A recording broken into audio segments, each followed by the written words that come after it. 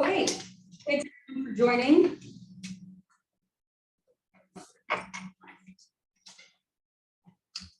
For those of you in virtual space, I'm Lindsay Post, project manager for the Sundog Connector. And in the room, we've got our consulting team from AECOM, and I'll let them introduce themselves. Why don't we go ahead and go around the room first, starting with Dan Cherry. Hi, everybody. I'm Dan Cherry, Public Works Director, Yavapai County. Roger McCormick, Assistant Director, Yavapai County Public Works. Norm Davis, Town of Prescott Valley.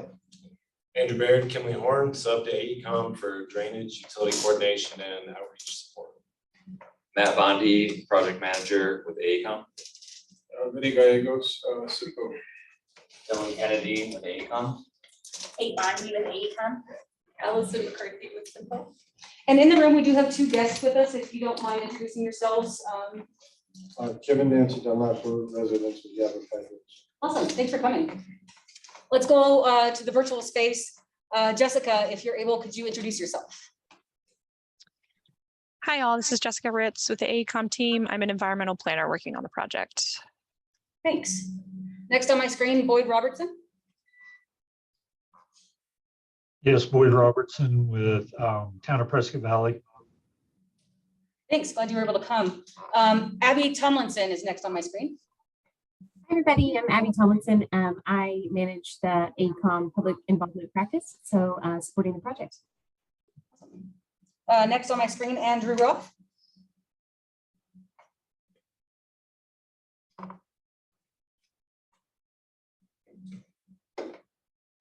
That was Andy Roth, ADOT district, local district here. And then last on my screen is Tammy DeWitt. Tammy DeWitt, community planner at the city of Prescott, and also on the the other group. Thank you. Late in the day. Thanks for coming. Thanks. Just for some safety purposes, for those of us in the room, if there's ever a need to evacuate for any reason, please exit the doors that you see here. Let's go out the front. Please don't get in your car and drive away. Let's all convene in the parking lot so we can at least know that we all got out safely. Restrooms are on in the corridor behind me. So with that, we're going to get started. Who would like to start? All right, I can start us there. I guess, can we start sharing the PowerPoint as well? So hello, everyone. So again, I'm Matt Bondi. I'm the project manager with AECOM. So kind of the format of what we want to do today and kind of the overall goal of what we have going on is we're preparing for our upcoming first public meeting. So the goal of today is we want to go through the game plan, the slides, everything, the format of the meeting, all that, so that we're kind of all in agreement and all on the same page as we use these next couple weeks to kind of pull everything together. I guess, Allison, if you can go to the next slide there. I'm just going to give a quick, again, we want to go over the logistics. I'm going to turn it over to Dylan in a second here to kind of talk us through how it's going to work, what the game plan is, how we're going to prepare things coming up to it. But some of the, the high level logistic type stuff. So September 7th is that first public meeting. So we're sitting a little over 3 weeks away from that. So we want to make sure we're all on the same page, and we want to make sure that we have time to get all those materials out to the STAC to review, to make sure everything is good, to then have set for that first afternoon, that first night there. So Eastfire Sports, we found the room. This is the spot where we're gonna hold it. We have a flyer that's going to be going out soon. So there, Esports, it's the old Sears over at the Gateway Mall. There's a multi-use room that we're going to be able to use to set everything up on it. Simple staff had checked it out last week. We checked it out on the way up here today. So there's a nice big space where we'll be able to set things up from. So then logistically, making sure we get everybody there, how we set up the room, all that kind of stuff. Open house format, so no formal presentation. We'll talk about that. We'll have boards set up. We'll go through that in the presentation. The game plan coming out of this meeting is we want to have, we want to come out of it. We got to finalize the preparation of our boards, our talking points, all that kind of stuff that will get in front of all the STAC members here as well. So we have, we're all in agreement what the talking points are, what the messages are. Everybody knows what's going to be shown there. So we're all ready for the event there. So with that, that's kind of high level stuff. And I Any will- questions? Yeah, I will say our game plan is, again, today, we don't have an agenda because we really are just going over, this is, how we outline the public meeting. Go one slide by one slide and be like, what do we all think about this content? So that way we can go back and draft the boards. We'll talk about whether we do a video and which board, which boards would we replace with a video, so that we can make the video if that's the way we want to go with it. So we just want to leave here with, yeah, we like this content, is there anything we need to add or take away from it? And then our plan is early next week to distribute drafts of each of the boards. So that way we can have this TAC review those boards along with Simpo, and so that we can all be, have those solidified so that we can start production. And I think it's quite lucky that we actually have the Dunlaps here today, because they're going to be the consumers of this information at the end. So if you're comfortable when, as we go along, provide feedback, that'd be great. As members of the public, what would you like to see in such an open process? And then the last thing that Matt had, anybody have up here, is we will be distributing to all of you guys too a message kind of sheet, which is more just making sure we're all on the same page, and that you guys can share with, with the executive board, with whoever you want to share it with, just to make sure that we're all getting the same message to the public, that we're all under the same, where, we want to make sure that we have enough staff that we are able to man each of the different areas. We have a plan for what we're going to do, like if we see somebody like monopolize, we talked about that a little bit last time, making sure that that doesn't happen. So we're trying just to cover everything, and we'll go through the different slides. Dylan's going to do that today. If we have time at the end, then we might go back and kind of brainstorm who do we think should be in these different areas. So All right. So we've set up a series of the slides here today, while not visually what these boards will look like, but general content outlines on a slide-by-slide basis to be converted into a more graphically digestible format in a presentation board. So context, we've talked to multiple groups in different contexts about this, that we are setting this up as an open house style. So what that means tangibly is we will have really a story arc that we'll be describing visually with a series of these presentation boards. And we talked about complementing that with some other material, but the idea is that we are setting up a pathway for the public and attendees to digest the story of this project and where we've been, who Simpo is and who the made up by which member agencies, the history of Simpo and where it began and what we're doing now, because we can talk about what we are not doing now as well, just to clarify what part of this process we're at now. And then get into some more of the technical side of things. We have been underway for months now, and we have some technical progress to share. A lot of that relates to some of the reasons in which we're revisiting this corridor, is that things are rapidly changing from like a community perspective, population perspective, the identification of some potential needs in and around this area, and what this corridor potentially could do to help that. So that's kind of the story arc, keeping in the back of your mind as we go one by one. So importantly, to begin with, I think it's critically important to identify, first off, who Simpo is, what their role as an agency is, whether that's like the official mission statement, and then what role do they play here in this broader community, and I'm thinking more generally than just this project area itself. And then more tangibly, what are the jurisdictions and the county and other agencies that are made up of these that make up the member agencies of Simpo, which have, I think, a lot more direct relatability to the general public member. So out the bat, we're trying to establish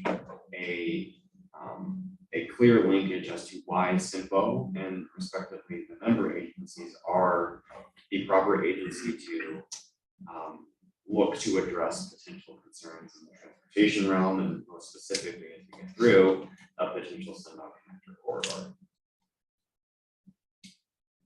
So I guess, I just want to make sure, is there feedback? Do you guys think that's a good way to start it off? I think that's the most logical in my mind, because I think that's gonna be the biggest question is, what even are we? That's what we thought, and I do want to mention some of these, like this would be one board, but some of them as we go might be 2 or might be more boards, just know that as well. So I think perhaps maybe we need to talk about where the funding for this project came from. So that people understand why SIMPO is kind of heading up this project, rather than one of the member agencies as the spearhead on it, if you will. So I think you could easily account for that in the same storyboard or whatever. So, Well, and maybe it goes on the next one. That's a slide. yeah, so I kind of, as I framed it before, we're really talking 3 phases of like, who are we? Where have we been? What are we doing? And then technical information and direct feedback activities.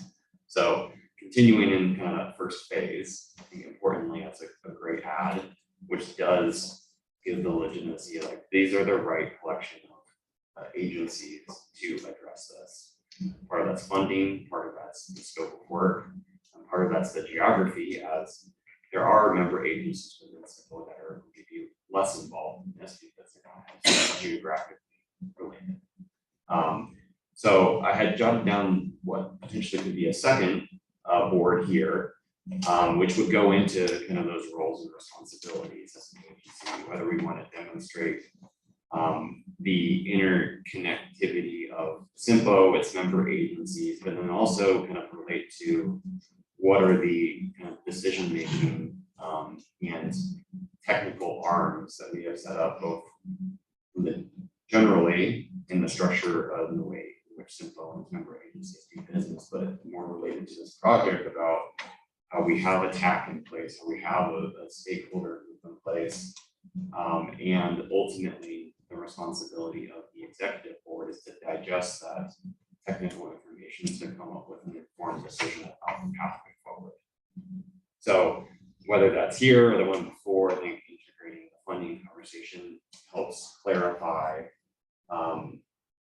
why those that are involved are in fact involved. The reason this is tagged as kind of optional is, we can maybe come back to this later, is there has been the discussion of if we want to integrate like a kind of a sidebar, little mini like revolving narrated presentation video component in which some of these elements might be more appropriate to digest in that sense. But I think this is an area, as we're talking about this early initial phase, if those in this group think that this is an important part of that story, is to identify who are those that are on the technical side of things, and who are those that are making the decisions at the end of the day as well. Again, one of the goals potentially, if this stays, and is part of it, is more to be like, look, we're just trying to gather information and go through this process to get the information to decision makers and to help them understand that that's what we're, that's what we're doing. And again, maybe like what you said, where that funding is coming from for the study, but what that process really is. That was kind of one of the goals of it. We even toyed with, if we really did this board, it could be a place even to show that, or somewhere here or at the end, that there are other studies such as SR 69 that are, that SIMPO is also going to be doing at the same time. The reason I like this is because a lot of the comments that I've gotten so far, the complaint is, we already know you made this decision. Why do you, we already know it's going to be built. Whatever we say, it's not going to matter. I think it will help them understand we at SIMPO are, often just cogs in a wheel, that this is of the public administration process. So it kind of makes sense that that should stay.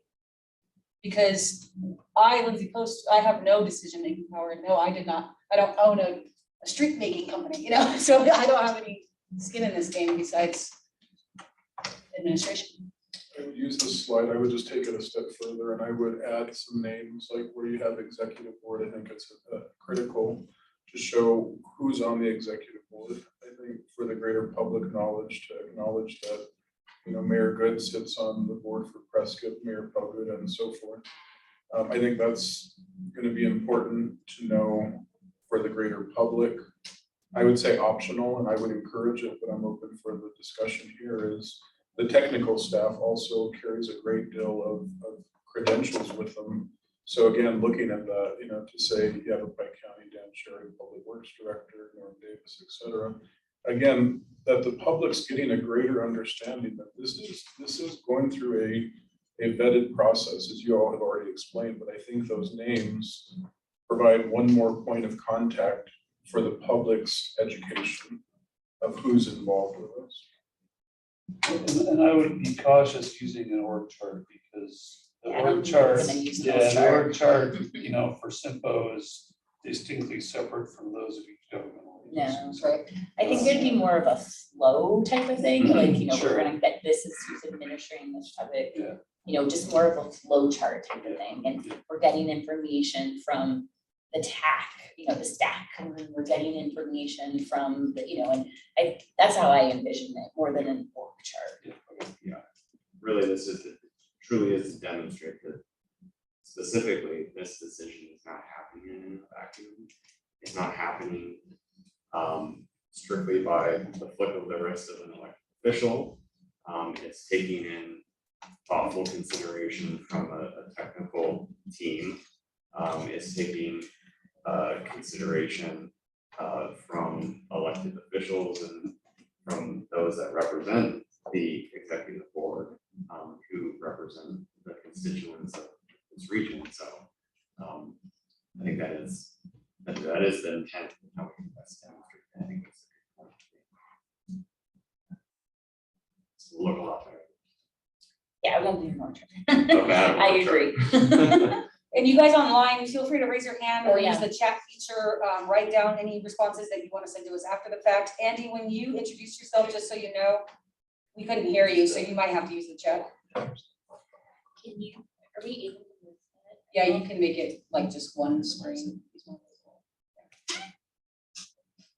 Can we still see?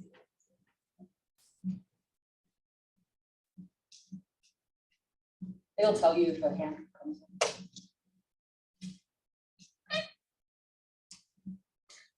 So continuing to move on in this story arc is very importantly, and Vinny has done a good job in the various previous presentations that we had about kind of deriving the context of when did Sundog Connector first kind of emerge as a potential idea. It was quite a long time ago, and it's been revisited and has shown up in general plans, has shown up in multiple iterations of a regional transportation plan. It has most recently been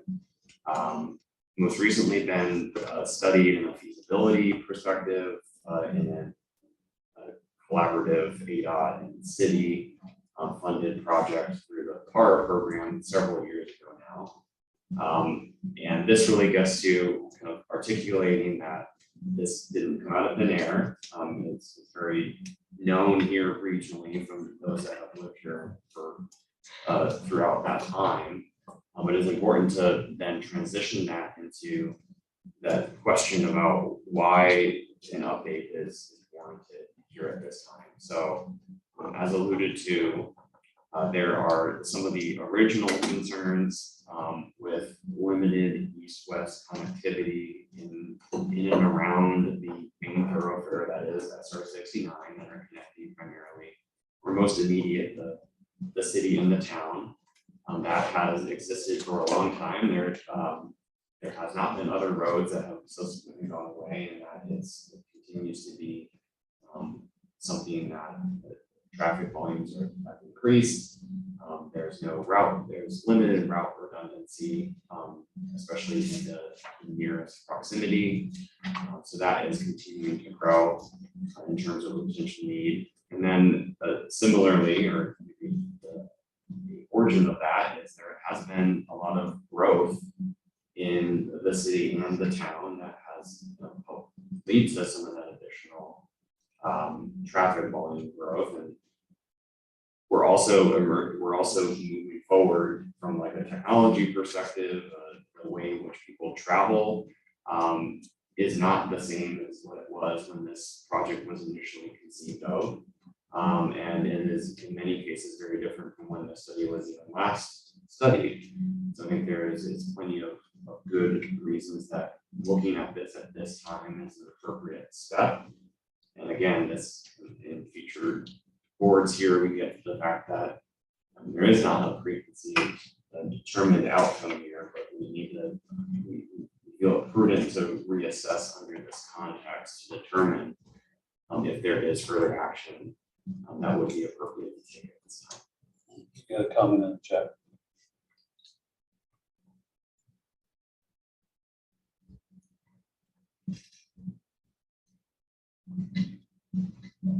You want to read it to us still?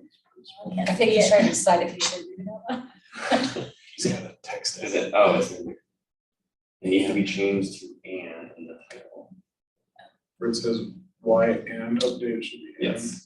Yes. Oh, yeah, nice catch. I guess, and this would probably be a board or part of the video, in my opinion. And although we explained a lot of what Dylan said will come later in the presentation, but we'd still want to say why. It's as simplistic and as straightforward as possible. Like, why are we doing this? And again, just like we said, conditions have changed since it was last updated, and population growth and transportation needs to continue to grow. And so as these developments are moving forward, it's the time to look at it. There is no preconceived notions, but I think that's what this, both the history and why now would be pretty straightforward, whether we talk about it in a video or it's on a board. So one of the, I want to say fairly consistent objections in the letters that we've received objecting to this project is to that last bullet point. There's a great deal of reference to the 2013 study that shows the threshold when Sundog Connector should be constructed. And the region has not reached that population threshold. And the public that latches onto that wants to know why it is we're moving forward if we haven't reached those thresholds from 2013. So to your point, Kate, yes, we do need a poster board for it. And I would like your help and your team's help in, it's obviously way more complex than that. In 2013, those thresholds were based upon other regional type roads. Some of those projects since then have moved forward, some have not. So because of that, it influences Sundog. And I think, and I'm just going from memory on that 2013, but there's a handful of roads that were in the queue to move forward, providing some regional relief. And that, I think we need to help the public understand kind of the more regional transportation network, which again, I know it's easier said than done, but this is a big point to them because they're looking at that bottom line population saying this isn't right. You guys said this wasn't going to happen until this mark, but there's more to the story. Would it help also though to maybe paint a picture, and I think that's what we're going to add it based on that comment. We have to look at to see where the population are, because we will have some of that in population projections in the presentation. But like, you still have to plan a roadway too. It doesn't just right, even though Pretty printed and. yeah. I mean, from a perspective of maybe like what is a DCR and stuff like that, it's a planning where you can make sure, again, these road portions of it are going to be built, the city storm ranch, and it's going to be built right away. We need to make sure that it ties all together and what does it look like, right? If it does get built. I'm just wondering if that whole, aspect of we need to plan for what it looks like if it does move forward is part of the story too. What do you guys think of that? That's true, because we, when we start conceiving roads to when roads actually get finished, in those cases, it's many times over a decade. Yeah, In between those. well two over a times. decade, even from the scoping phase to the, like you said it multiple times, like from SR 69 just in the thought of that white, you know what I mean, that writing, scoping, starting to like when it's physically gonna be open is a really long time.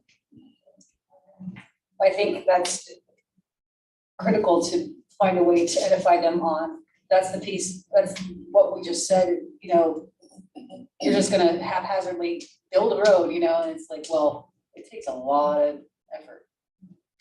It takes a lot of planning and, you know, making sure, establishing what does it look like and all those things, so that as stuff does move forward, if it does move forward, that's knowing what the community wants it to look like if it does move forward, and what the agencies need it to look like and how it needs to operate. What kind of access does it have? All those things need to be established, else you're just gonna get a road that could be high speed, you know? Yeah. Okay, I think that's a good thing to incorporate to help with that. Okay, sorry. This is all good. This is the exact type of feedback that we're hoping to get out. So transitioning now to more of what are we doing now about it? History, why it warrants taking the next step. Then I think it's critically important to describe what this effort truly is. And then the following, or this would be kind of 2 or 1A, 1B, what this is, and then specifically what this is not. So we, from a public digestion perspective, the DCR doesn't mean a whole lot, but the advancing kind of advanced planning, early engineering does mean something. So articulating, you know, what a design concept report actually is, how we're utilizing this to explore the purpose and need of this potential corridor, to look to update and identify new and revised constraints as well as opportunities with this corridor, potential corridor. Also examining potential alignment configurations, and as probably most evidently is that there is this commitment, continuing commitment towards public engagement throughout the process. That we want to be bringing the public along in the early phase to help influence and identify how we want to move forward with details, how we want to essentially adjust some language and potential inputs from this purpose and need based on public feedback that we get. We want to capture tangible feedback in this process to get the best product at the end of this. And again, going back to how decisions are going to be made, is that providing a transparent, thoughtful and representative document to the executive board at the end of this will help them make an informed decision about how best to move forward as it pertains to this corridor. And then on the flip side of that, I think it is equally important at this time to identify what this process we're embarking on right now is not. Is that this is not a final design. This is not funded construction. It is not a fast track towards construction. So I think that's important to articulate, that those are different steps that we have not gotten to yet, and needs to cross this threshold, all of these previous reasons, before we would even move into a final design and then ultimately construction, if that is the direction that is ultimately desired. Just a suggestion to either use additional caps or sentence case, but not to mix on the same slide. Look, there's the last bullet. It's different case than the rest of them, so. Oh, yeah. And I think He's doing that. And I just want to make sure you guys all understand this is not like the presentation. Like, we're just trying to get through like to all of you what we. This is not going to be what's looping? No. Okay. This is not what's going to be what's looping. We have 2 choices. We can either take the last 2 slides or 3 slides and make boards, like literally boards, and it won't be this exact text. It'll be more graphical in nature, and it'll be, you know, all the things that you're saying will be refined. This was just us trying to get almost like the outline of the whole process to you all with enough detail for you guys to understand what we were planning to present on that board. So if there are text mistakes or any kind of font, it's definitely just because these are just our ideas for the different boards. But I guess right now is a time, I think, to talk about the video and a looped video. So it is a big room. It does have concrete floors. We can easily they have access, they have 70-inch TV monitors that we could put. We think there's an optimal location to put it, like in one, like we could start with a couple of boards that are like, what is Simpo, and have that actually in boards. But we could go to this area and have, you know, some chairs, and it would be on a loop, and it would be in a strategic area. They have power, they have it. It is gonna be decently loud, and it is concrete floors. So we'd have to decide, you know, how is it? Is it just a presentation and narration with like pictures of the corridor of SR 69? I don't know how well, you know, we could do closed captions. We talked about that on it, but it will be like, there are gonna be people playing pickleball also. So there'll be there will be the noise from all the people that are in attendance and talking to people. And then there's also pickleball, because there's an open, you know, it's almost like an open area just like that, where they're playing pickleball on the other side. Well, I don't think we should have audio on the loop video. Okay. That's gonna be too much noise in one room. There's gonna be enough noise from people chatting at the stations. Yep. So it's either just loop video, and I think you can probably put the messages right on the slides that are looping. So I don't necessarily know that you So need then do we need it? caption. I don't think you need narration or captioning. But Because then it's what the better. messaging can just be right on the slide itself. So then is it Loop better just to do a board? Are we mandated to do this for the hearing or because it's federal funding? On request. I always had this How idea. far in advance do you have to request? Ideally 72 hours. My idea with the video also was, if it's possible, to start it out with just the QR code that people could also just have a link to like our YouTube page or whatever, wherever we want to put it, so that we can take it home with them too. We could do something like that. I guess, like, we could definitely do that. We could do it at the end and give them an area we can type in. The only thing with something like that, I mean, we can loop anything we want, but then if we're just looping slides, like making slides of a couple of the slides, is it better just to have a board, you know what I mean? And have an area where people are answering questions that might be there. Well, add one level of detail to that. I think when we were initially kind of trying to structure this event, whether we were going to do open house or we were going to go with a different mechanism, talking about having a formal presentation, things of that nature.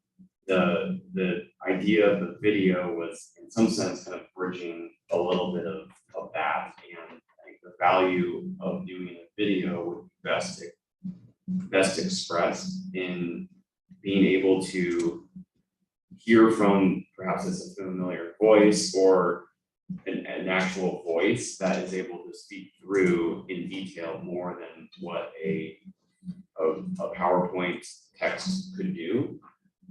So to that point is if we're reduced for whether it's logistical purposes or preference to wanting to do kind of a rotation of static images or slides, and that I believe would be equally as achievable in a printed board format and perhaps even enhanced. And we'll get to kind of where we have staff and others stationed to be able to speak to things is someone stationed at a particular board that has kind of a loose script and a great familiarity of these types of details could be perhaps more beneficial to the public than seeing a couple presentation slides like on a rotating board. The only thing I think about and what I like about the video is the mixed media of it, that some people will only want it and they won't want to talk to us. I'm one of those. I'm a weirdo who doesn't like to talk to people until I'm at work and I turn my flip on, you know? So I'm just saying it could, I like the mixed media part of it and that it's not always just a board. Well, I like that you can post on the website Yeah. too. And not everybody's, gonna be able to make that specific date and time. Yeah, well, all of Right, this stuff so- and all the information will definitely go on there, but you're right, So- there would be Yeah, be able to something post taped to something help or- it. Maybe it's simply a matter of us going during pickleball and putting something on a TV and seeing how well it works. Yeah, we can do that. Is it a separate room? Yeah. So it is, Okay. it's almost like, it's on, I mean, probably bigger than this room, but it is bigger than this room, but it's a huge room. That they said we can move it around however we want, but like, just imagine like that whole back wall being open. So there's no like door to separate, there's not a door to separate where we are from like a couple, just like, yeah. Dozens of pickleball courts. So the sound from pickleball is gonna carry right in the room. Yeah, They were playing pickleball while you guys were touring, right? I mean, it wasn't bad, Yeah, because there's only like 2 courts that are like right there. Well, Pickleball's pretty loud, Yeah, especially indoors. yeah, it's pretty raucous. I think I think the bigger challenge, I think it was Matt, we was fine there, because there was 4 or 5 of us there, but put 200 people in the room. And all those conversations escalating, I think that's our biggest battle, so. I'm not sure what the video is gonna get us if it just increases the volume in the room. And people are trying to listen and it's just getting louder, it's more noise in the room. Not opposed to having a video, but I'm not sure the effectiveness of it showing it there, I guess. I like, again, it's multimedia, which I'm for, but I'm hesitant about adding more sound to a noisy room already. Do you guys, the Dunlaps, do you guys have any thought, like, if you were to go to a public meeting, what would you expect to have access to? Would you expect to have one-on-one interactions with staff, or would you like being able to access the information when you want and then leave? I mean, what our personal thought might be on that is compared to however many citizens show up, is you're gonna find everything first. So I don't know how to give you any recommendation. Okay. I think personally, the boards are a good thing. If you walk in, you can see exactly. I think your boards should include Yavapai Hills, where the road was, and I think your presentation should say, when was this road decided compared to when Yavapai Hills was developed? Because that's the concern a lot of the homeowners has, is you sprung this road on them and they didn't know it was there.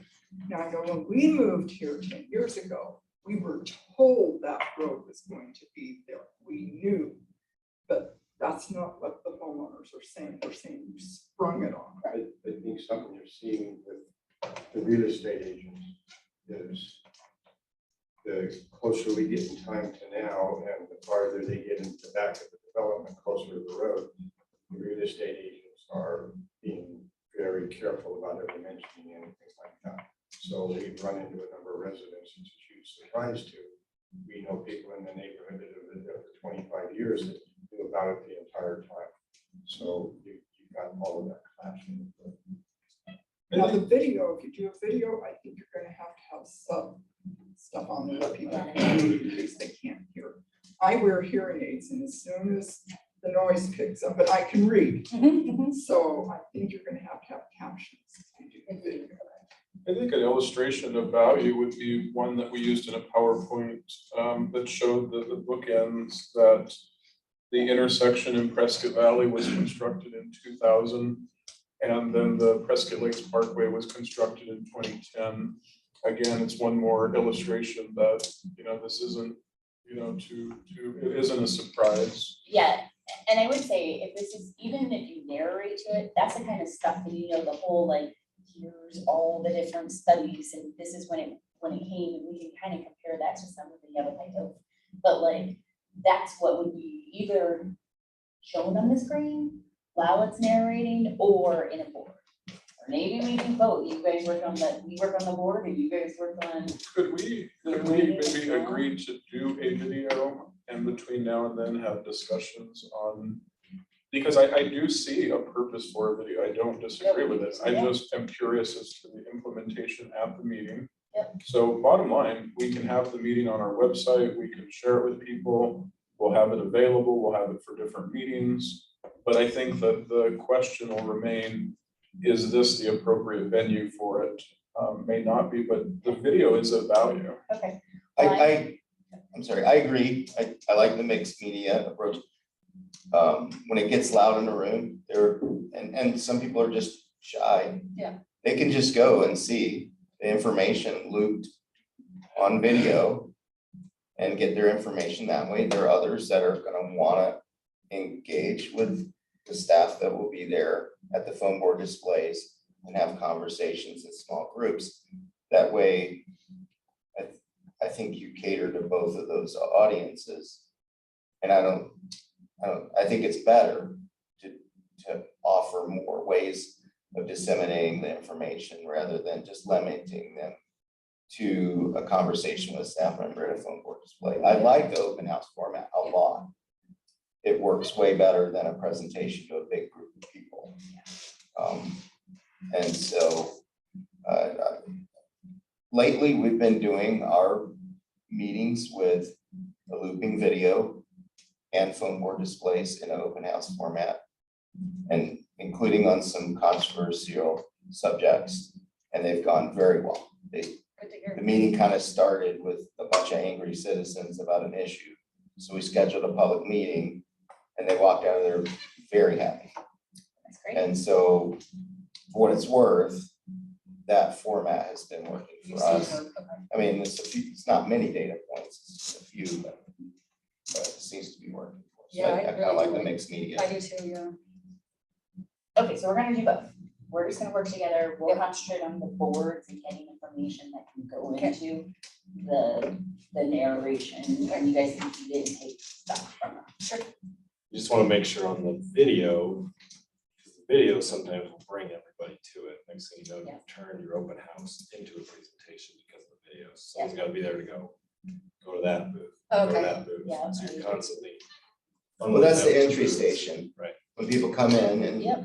and sign in, somebody, one or more people Right. need to be at the entry station to just describe what the format of the meeting is. The open house, we've got these stations, different subject matters at each station.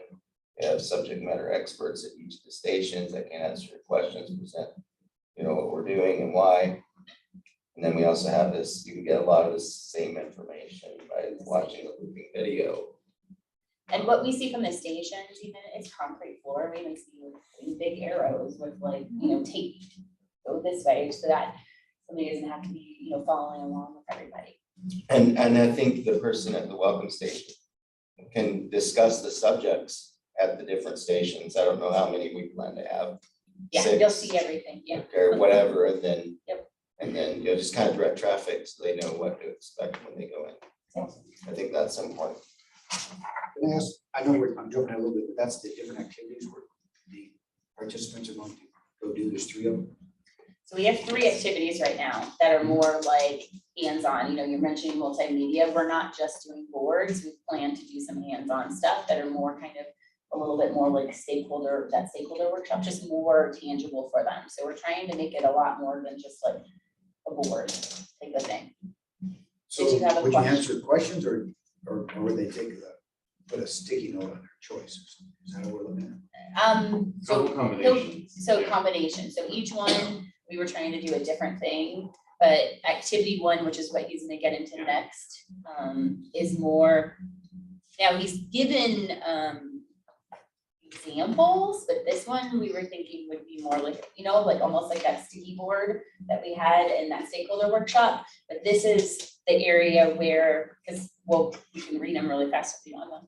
Not me to take over, but what are the concerns for possible future roadway? And then basically, what are your opportunities? And here's some ideas that we, to get them thinking or whatever. But this is where we thought This is the opportunity for people to get what they want or what their concerns are up. And we thought the sticky board would be a way so that they feel that other people are seeing what their voices and what their either concerns or opportunities that they see are. So we were So thinking this would Comment be, could go on a sticky note and put it on. and put it on the board, yeah. 5 or 6 here, you could just keep adding those and someone else could see, I like that one. that Yeah. person put up there. Yep, so this is more interactive, it would be an interactive type of station with, there's huge empty walls, so we're able to utilize, and we did ask if we could put something on the wall, and they said yes, and so, yeah, they use sticky notes to, either sticky notes or some kind of sticky thing to, to be able to do that, and then this is also where we'd be able to just give them an opportunity to have link cards potentially, and put anything else that they want up there too. This from 4 to 6 o'clock, Mhm. so you would start at 4, stay until the last person leaves, so. We did it on purpose, kind of making sure we had enough time for people to get out of work. And the advertisement, which I think we're gonna show later, does say come when you want, you know what I mean? Come in, like, no formal presentation, come at, what's convenient to you. And saying that there's more information on the website if you only want to utilize the website. Thank you. Want to add to this at all? No, I mean, I think this is the part where we're transitioning out of a lot of that background and we're moving into some more of the technical information to follow. So we believe this is a good time to, because a lot of people, we acknowledge that a lot of people are going to come to this meeting with preconceived opinions, and we want to capture what that is. What are those concerns that you have coming into this? We want that. We're specifically looking to design our questions around things that we can then take and use in the latter parts of, or really at this point and moving forward through this process, instead of it being we've documented and we're moving on. So we're designing things that have responses or potential responses that we can utilize to help kind of fine tune the direction or potentially change some of the direction that we were maybe initially thinking about from more of the technical side of things. So this is kind of capturing that, and also giving that opportunity for those to be heard about where they stand on this project. I think it's important that we let them know that we're early in the process, and at this point, we are seeking input. Yeah. Now is the time Yeah. to bring your comments forward so that we can do our best to address the comments that we're receiving when we go back out later and say, okay, this is what we heard in general. This is what we did about it. Yep. And you show that you're listening to what they want, delivering a project that the community wants. That way you can build consensus better. Yeah, that's one of the major complaints in the letters we receive is how dare you move forward with this without seeking input?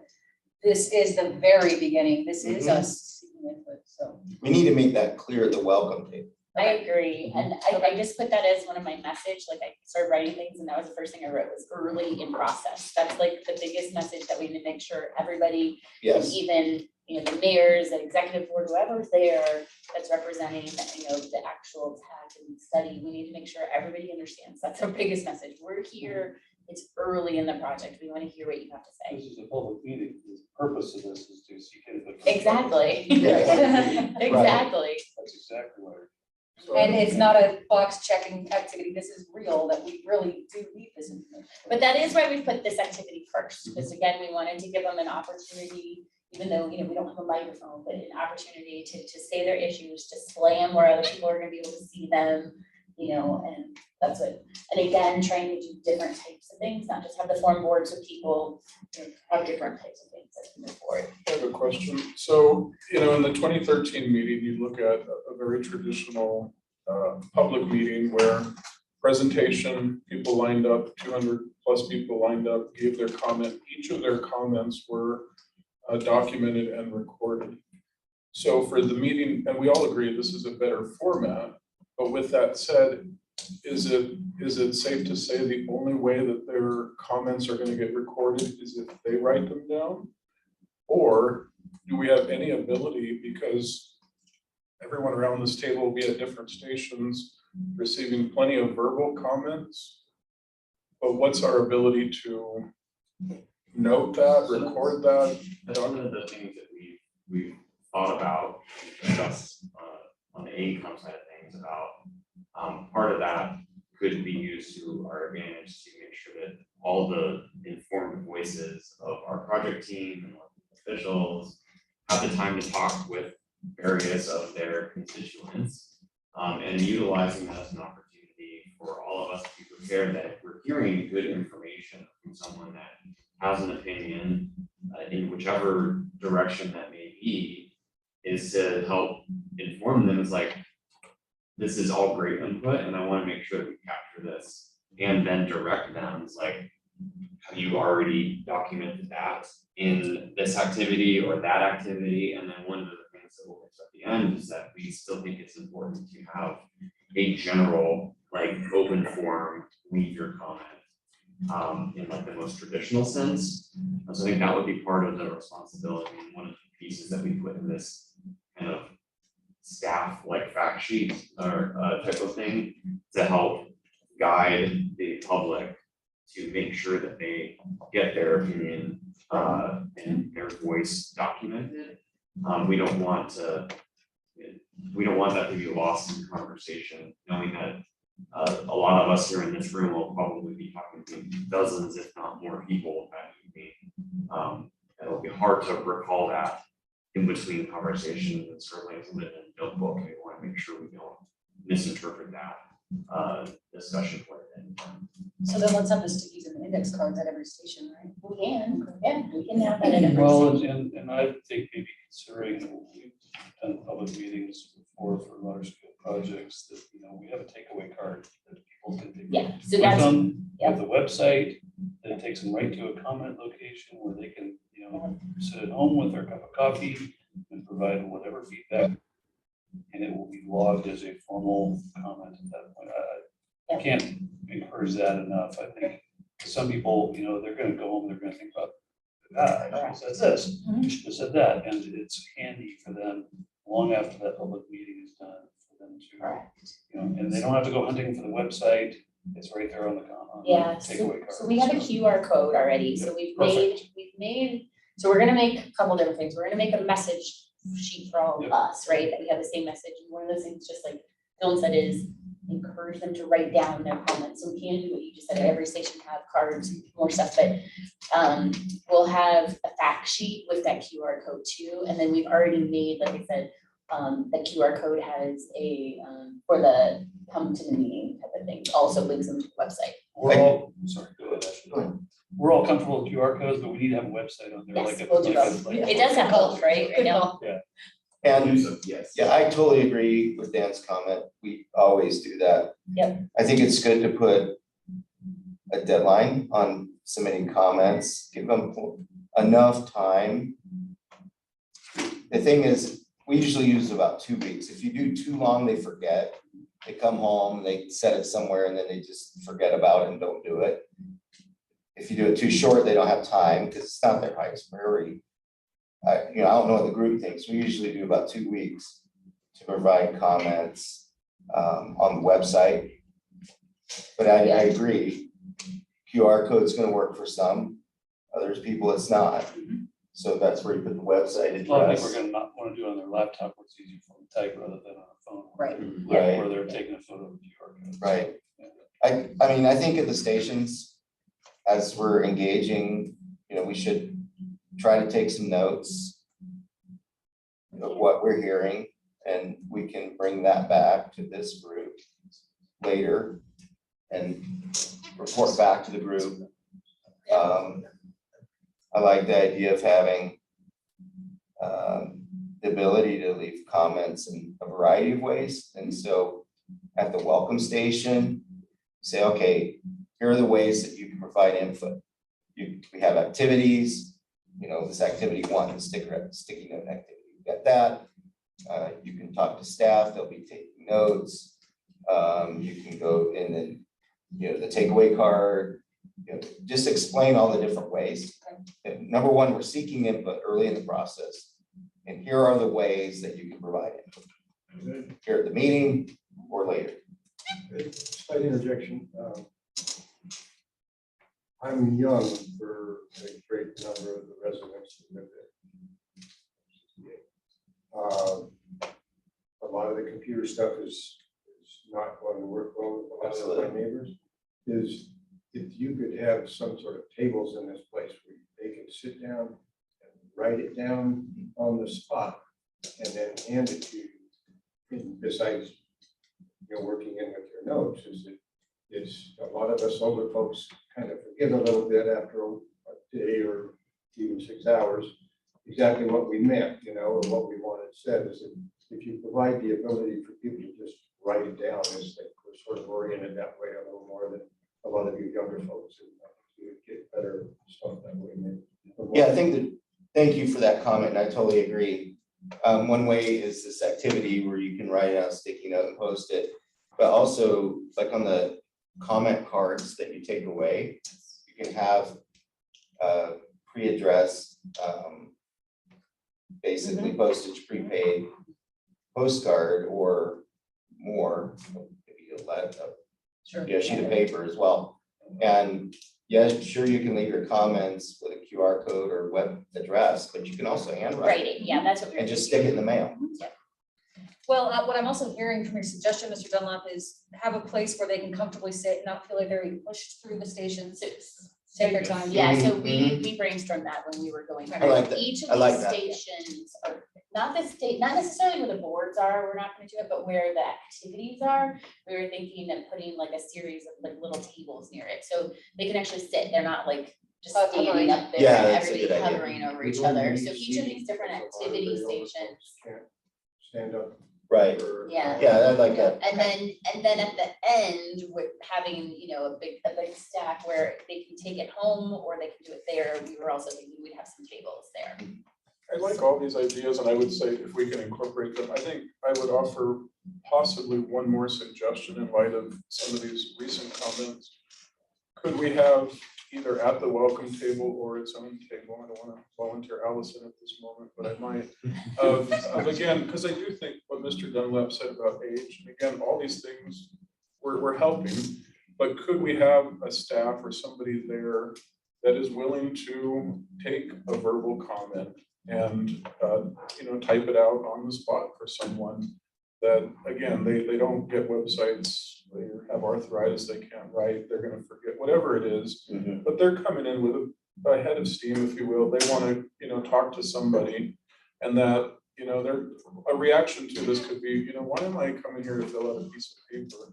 And just maybe having Allison or someone like that that's With a laptop and simply just there type it out. to type it out for them and say, I got your comments, thank you. I like that idea also.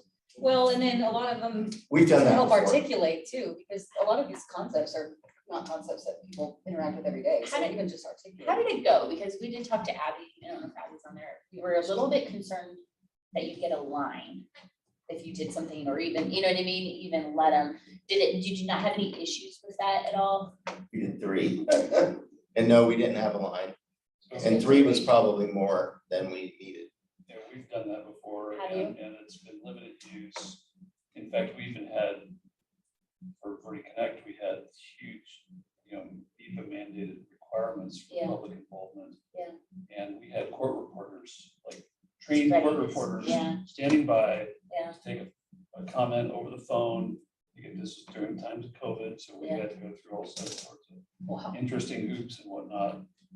And it hardly got used at all. So I think 1 or 2 Okay. people is enough. I don't think you need to inundate, the room with people taking it that way, but I fully understand Dunlap's thoughts with regards to the population that we're, catering to here. That is totally understood, and we should accommodate for that.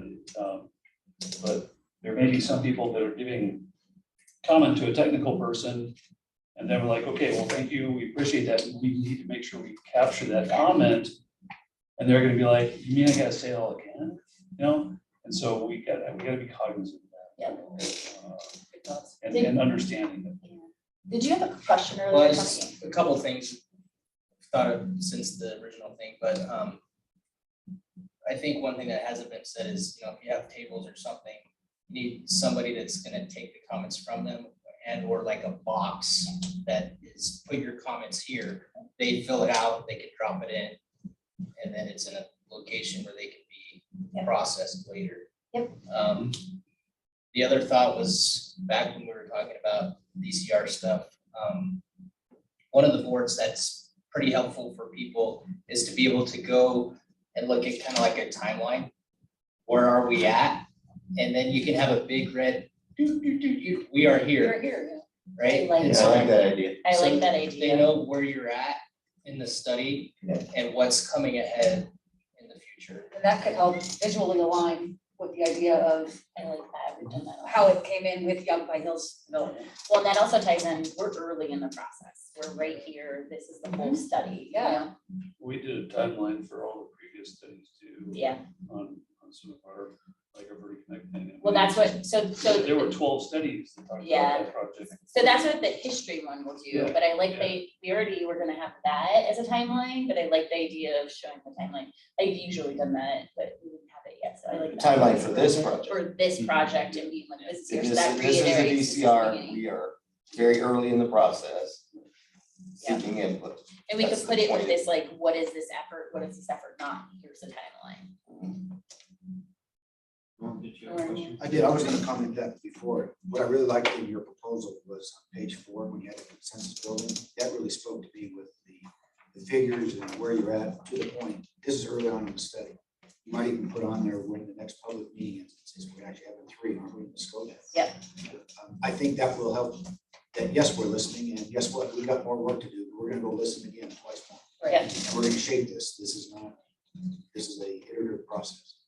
But look at that page 4, I enjoyed that, I think, Okay, or maybe something like that okay, with the timeline, I don't know, something incorporate new. and keep going. Yeah.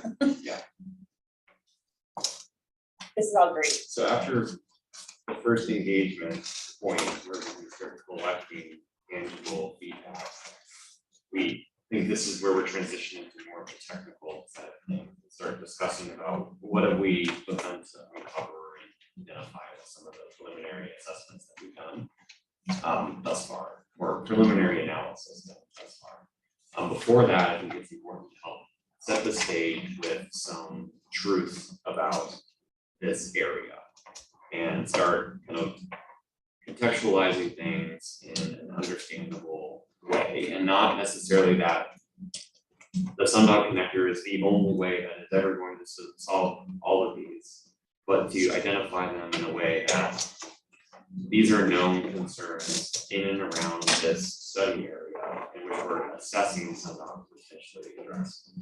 So things that we see accompanied with like a study area map, and some of the initial kind of elements that we would want to highlight in this purpose and need is a couple of key elements, which is the route connectivity and the redundancy that doesn't exist, that has kind of spurs into multiple categories, both from a resilience perspective, and closure kind of diversions and things like that. So that pertains to and relates to that. There's only really one major east-west connection until you go all the way up to 89A to traverse between particularly the city and the town. So that is a known reality that everyone can agree that there is this limited route access. And then kind of identifying that has concerns, particularly when there's high traffic events, when there's closures, whether it's weather related or whether it's a accident caused closure and higher severity accident that may occur and may close the direction of the roadway. There is a significant detouring that is required because of that. So we're these are- trying to beat our electeds over the head and the public with the concept and, understanding of what resilience is. So that's perfect. And then the other, I'm sorry. I mentioned to Lindsay and Vinny before, earlier today, but I'm going to strongly recommend that somebody from our fire department be at this meeting. Our new fire chief, Holger Dura, told me that one of the things that he loses sleep about is Yavapai Hills. He said if a fire were to start roughly around 69, it would just go racing up that hill. You know, particularly if the wind's blowing that direction, which it often does. And these people would have no way to get out. They've got two ways and they're to the south. If the fire's chasing them north, there's no egress from that area. He said that he was in Boulder when they had this fire in January, the 100-mile-an-hour winds, just east of Boulder, if you remember that, on the national news. And he said that was, you know, Prairie and Chaparral. And he said that really opened the eyes of fire managers throughout the United States. We used to just think, okay, forest fires, right? And he said that completely changed our mindset. We understand that Prairie and Chaparral can burn, you know, just as fast and almost as violently as a forest fire. And so this area with the two, you know, the way that the predominant wind is often from the south when it's strong in particular, and then you've got the uphill component as well, and no way for them to get out to the north. That he said that's a major concern. I think the people in general trust police and fire better than, particularly firefighters, better than others for whatever reason. And so if we have either fire chief or maybe our fire marshal, deputy chief Tom Knapp there, somebody, I think that should be on one of the phone board displays, that we really talk about that issue so that that's one of the reasons why we're looking at this. And that's exactly what we're Yep. thinking. That's That's what this is. So there's two of them. I'm thinking like two different maps. One like more regional, showing the 89A, and then showing, 69. And that's more of the resilience. If there's a closure, there's no way to divert. But then the other one's more concentrated on the hill, the hill itself in this area, and concentrated on the access points, and and that it is all south, and how many there are, and how long it takes to drive from the top, you know what I mean? From some of these Response towns. times, we have a response time map that we talked Yeah, about. do you have that? Yeah, we're gonna get Have that. I want that on the phone board. If you display. have that, that would go next to this, Yeah, because that we're gonna work ties on right that. into what we're trying to show here. Yeah. That would be perfect. He has a very good point, because that was one of the reasons why we wanted to come here is, we have children that live in California that experience, like you were saying, how they couldn't get out of their neighborhoods. I've already Sound like asked, it's paradise. yeah, Hmm. and I've already asked the city to put car counters out at the entrances.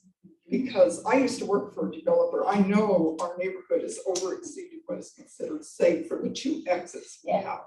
But I don't think the neighborhood truly understands that. I think you really need to emphasize the fire hazard and possibly get that road count, the car count done before your September meeting. Because I counted last week on a Saturday between 2 and 3, which is normally a dead time for our neighborhood. 87 cars passed, came into the development in that hour. And I was, Just passed by our house. yeah, and I didn't see the cars that turned on Shadow Mountain or that first cul-de-sac. These are just right in front of us. You need to really emphasize that. It's amongst a lot of the neighbors, it's a big thing. It's like if the fire was coming down Walker Canyon, Walker Road, toward us, you've got 1,200 houses in Yavapai Hills. You've got 500 or 600 in the ranch. You've got all of the people that on Walker Road. You've got the people in White Canyon Road, and they all got to go on to 69 within a mile of each other, and it doesn't take a genius. That's not gonna work. Oh. Yeah. Is that something that AECom can help us with? Or Emily Warren with the traffic counts before? So we didn't meeting? take any counts, but we can look into it and what it would take to get 2 counts at the entrances. Because I do I think that's a know good idea. our counter is really, they're really quick going, but I have to see how much it is. Okay. How that would work. Okay. That sound okay? If the city would give us permission. Okay. There you go. That might be better. That might be better. Let me talk to Ian about it and, He just jumped on. oh, did he? Yeah, I'm on it somewhere. So It's fine. anyway, That would be perfect. let's Just get with try to us. close Yep. that loop. I mean, we don't have a lot of time. No, we Let's don't. try to close that loop in the next day or two. Yes. Who's gonna do the counts? Okay, yep. You guys figure out I'll if talk you to guys can Ian. do it, and if Let you, us know. We can Yeah. do a 7-day count. Okay. Then you really got some good data. that'd be great, Okay, because we can that'd make be great. graphs and all kinds of stuff with that too. So my one question, I guess, to everybody, we know the Yavapai Hills and, you know, all that, but what about Diamond Valley, like Diamond Valley or any of the other neighborhoods? Do we need to emphasize any of that on these graphics too? I'm assuming the response times show all of the different routes, correct? Or It is it showed just- Diamond Valley, I thought. Now, Diamond Valley is in the county. Right. I don't, I'll double check. I know, and we do have a mutual aid agreement. I'm just wondering whether we needed to show, you know, both communities. That or- might be a CAFMA thing. Yeah, I'm sure they fall under CAFMA, so. They're on our staff. There's reason to include CAFMA at this meeting. Yeah, as can- it is to include the city president. Neither AECom or Simpo talk to CAFMA about that to represent Diamond Valley. Diamond Valley has 3. There's access more points exits, out on yes. 69, it's nowhere near As the, many people. size of the Yavapai Hills with the winding roads. Yeah. Right. I mean, it's not the same animal. Yeah, I guess is agree. what I'd say. I just wanted to make sure whether we need to point anything out. But still, those are on the south. But They don't have a way out to the north in Diamond Valley. do Yeah, they? their exits are all on the east side of Diamond. We're all in it, yeah. Yeah, right, 269, but those are they don't have any way in and out other than 69, right? Yeah, so if the fire's coming up that way. That fire issue Again, is the same uphill. issue, yeah. They've got to drive towards the fire to get out, if it's coming that If direction. it's coming from 69. Yeah, so that's, But if it's coming from 69, it would probably split the neighborhood in two very quickly.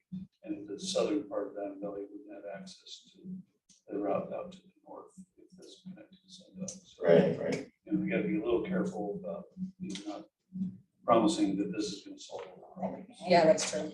I think we just, the point in this, you know, in this area is trying to just you know, like point out what are just the facts, you know what I mean? As far as the emergency access, the resilience and the whole, as a part of the whole region. right, there's evacuation, but there's also response times. Yeah, I think the response times are huge and. Yeah, some of them are up around 9-10 minutes. I Yeah. think. And also from having those counts. And that's over standard.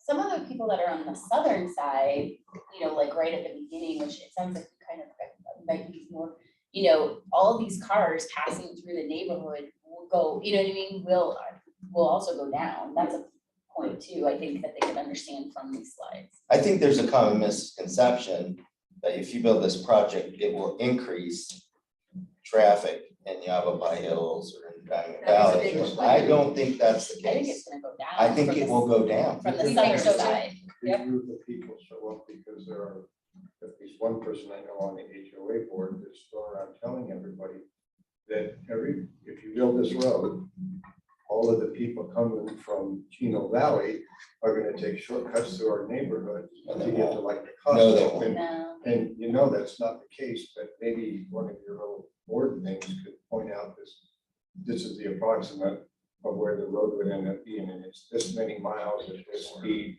Yeah. And if you go up around the 4 lane, like by Costco or by Walmart, you know, it's gonna be 10 minutes quicker.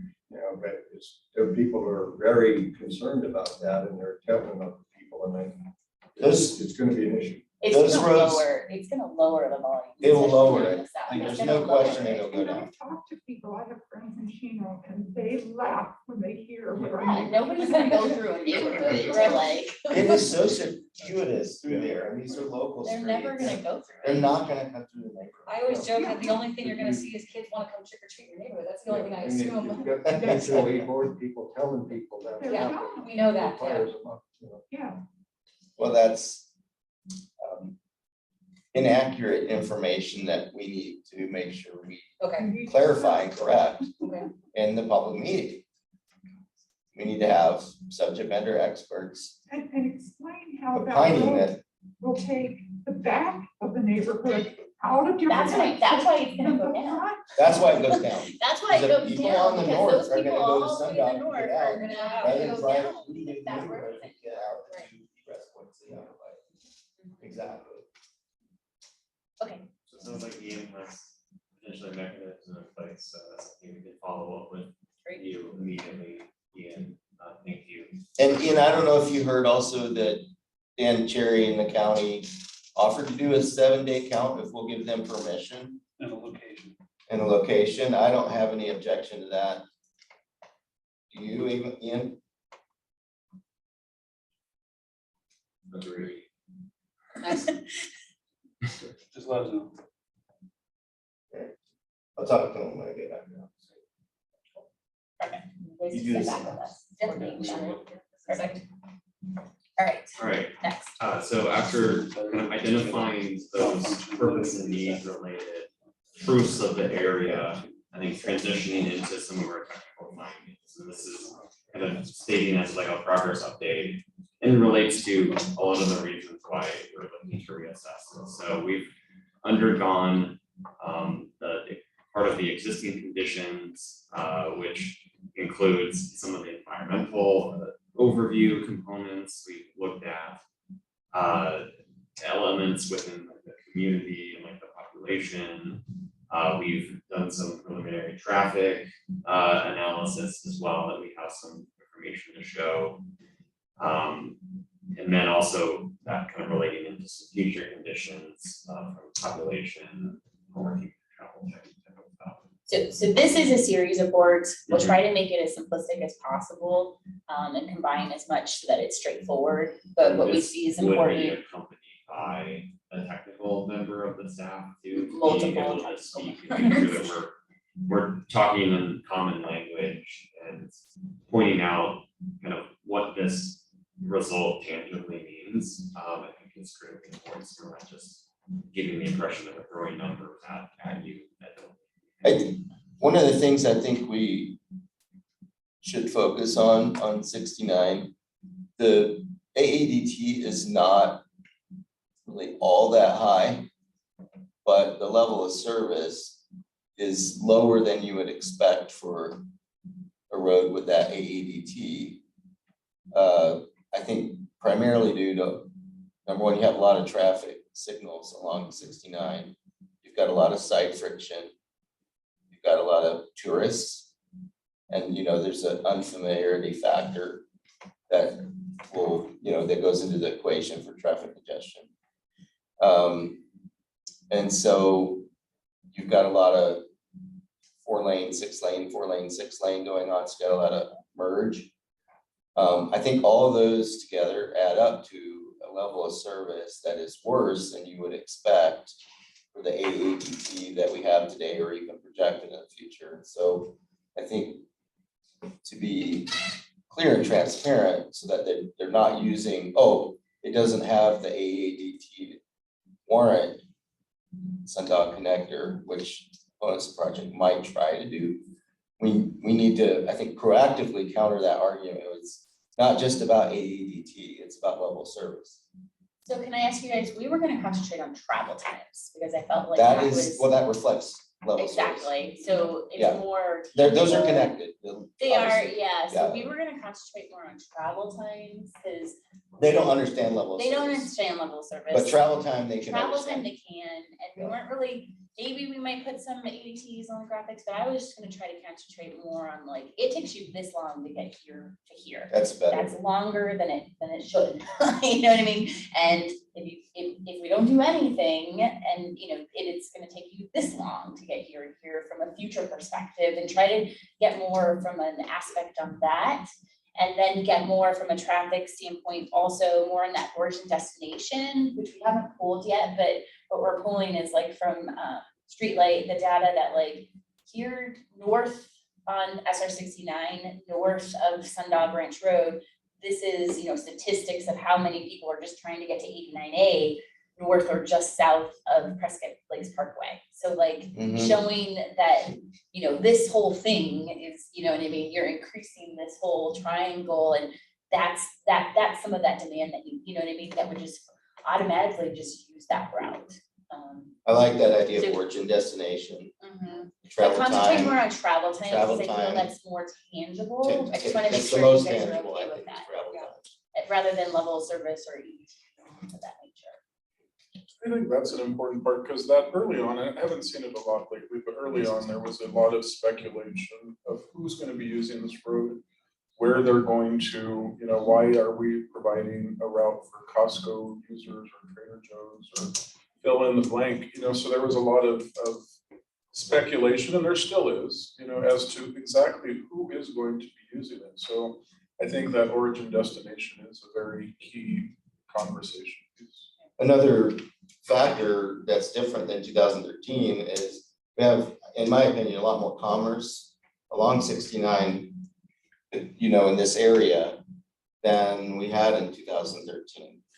I mean, there's a lot of new stuff in there that wasn't there in 2013. And I mean, some of these are big trip generators. Yep, so maybe what we do is more like not just future population, but also showing like some of the employment and some of the employment centers on 69 and. You have shoppers and employment, both. Yep. Well, real quick, has anyone done a travel time run through Yelp My Hills? Because you're saying counts are one thing, but we're not So articulating I have that counts. on my list to do. We're gonna try it tomorrow. I was gonna drive it from the far north side down to the bottom and just take some travel time runs. I can do and it see too. how long. You wanna do it too? And Yeah. let me know. Yeah. That'd be I'll do it different days throughout. but- That sounds perfect. Yeah, that's a good idea. That's some of those stuff that we're doing on SR 69 too. I It's would just put an different. asterisk on that. It's a good idea to do it, but the one thing too, back to again, emergency response, because one of the citizens did do that, and they're like, you told us it was, I don't know what I said at the time, 15 minutes, and they said, we did it in 7 minutes, okay? Nice. So the one factor in there again, are they driving a fire truck, an ambulance, you know? And are they going? Are they trying to Trying beat to a time? trying to Yeah, go so- 30 or 40 right, miles so an hour. I'm not saying don't do it, collect that data, but I do think we need to convey the message to there is certain emergency response vehicles that don't operate the same as your personal vehicle. Yeah, true. Emergency response times and travel times are two different things. They are two different things. Plus the They can evacuation. preempt signals. I mean, they have different things. Yeah, they're obviously going But it faster. sounds like they already have emergency, we have something that I can just incorporate from them, right? Yeah, we do. The emergency response times we have, Yes, okay, in- perfect. at least in Prescott. I guess one thing I wanted to get a little bit more is this existing and approved communities. Talking about possibly, you know, like what's already approved and Storm Ranch and, you know, and that piece of it. Well, not just that, we've got AED, we've got Deepwell Ranch. Deepwell Ranch has 10,500 approved units in the development agreement. I don't know the number in AED, but you could easily Google that and find out. Looking at the DA or the master plan. Okay. So, So we think that one thing, you know, these are all approved, they're moving forward. It's if not. those, and there's no commerce up there. Yeah. Along that area around the airport and 89A, there's no commerce there. So you're building all these houses and no commerce. Where are they going to shop? Now, some of them may go down Willow Creek Road, or, you know, they may go into Prescott. A lot of them are gonna go, these, you know, the mall, they're gonna go to Costco, they're gonna go to Lowe's or, you know, whatnot, and Walmart. I mean, you've got all kinds of stuff in there. And car dealerships. I mean, there's all kinds of stuff in there that's, if you're building 10, you know, over 10,000 houses out there. I think the number, Ian told me the number, I think it's, or somebody said to me, I think it's like, you know, George Worley did. I think it's like 12,000. Well, that's the, 12 or 13,000, he said. it's important messaging to show And that's not- already. Yeah, that's not Storm Ranch, that's not Yelp by Hills. Right. That's just out by, that's Depot Ranch and 80. So the feedback we're other stuff. getting is people are thinking Sundog Connector is going to spur all this more development. What we need to message is the development's already, That's already, these are approved development. Yeah, that's what we wanted to show, approved communities. That's our, that's the key is And I here's think the in this visual. conversation, we have to make it critically clear, the two, that there are development agreements with the city of Prescott is Yavapai Hills and Storm Ranch.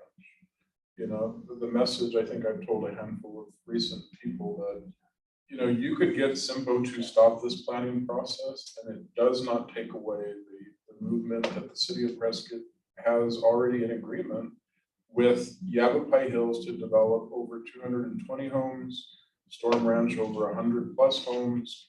Those are in place. And the city and the developer has to figure out how to build 1.5 mile of the road. That has zero to do with SIMPO. SIMPO's part is Good point. we're attempting to help facilitate this regional conversation. And that has to be clearly communicated. That 1.5 mile is already agreed to. And that's irrelevant of SIMPO's process. We hope we can help with that, And but that's what this bullet's supposed to be about. That has to be That's built great. if it's a spur to nowhere. Yeah. If those developments go in, they have to build their Yes, section, and they're already approved, that's. the and they're key. already approved. Existing development agreements. Yeah, Do you wanna keep? and the other flip side of that is that people are gonna argue, are you just building it to promote development, which most people don't want.